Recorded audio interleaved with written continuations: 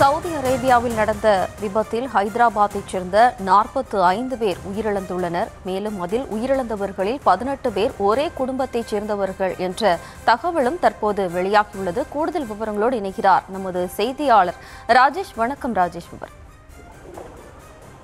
வணக்கம். சவுதி அரேபியாவில் நடைபெற்ற இந்த விபத்திலே 45 பேர் உயிரிழந்த சம்பவம் என்பது ஒரு பெரும் சோகத்தை ஏற்படுத்தியிருக்கிறது. மொத்தமாக அந்த பேருந்தில் 46 பேர் பயணம் செய்ததாகவும் அதில் ஒரே ஒரு இளைஞர் மட்டும் உயிர் தப்பியிருக்கின்றார்.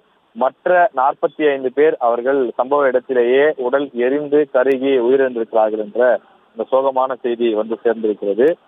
மொத்தமாக இதில் 17 ஆண்கள் எனவும் 28 பெண்கள் பயணித்ததாகவும் 10 குழந்தைகள் பயணித்ததாகவும் தகவல் வெளியாகி இருக்கிறது.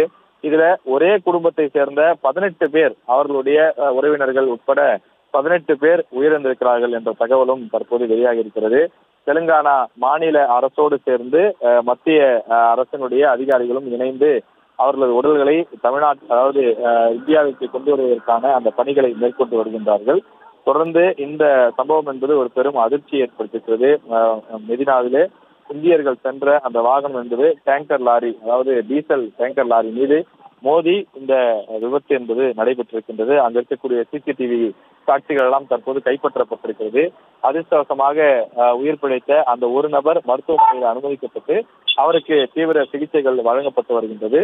தொடர்ந்து இந்த விசாரணையை அங்கு உள்ளூர் போலீசார் செய்து கொண்டிருந்தாலும் கூட தெலுங்கானா மாநில அரசு தொடர்ந்து இதற்கான மீட்பு பணிகள், உடல்களை கொண்டு வருவதற்கான பணிகள், அவர்களது உறவினர்களையும் அந்த இறந்தவர்களையும் அவர்களது உடல்களையும் கொண்டு சென்று சேர்க்கக்கூடிய அந்த பணிகளையும் தீவிரமாக செய்து வருகிறார்கள். விவரங்களுக்கு நன்றி ராஜேஷ்.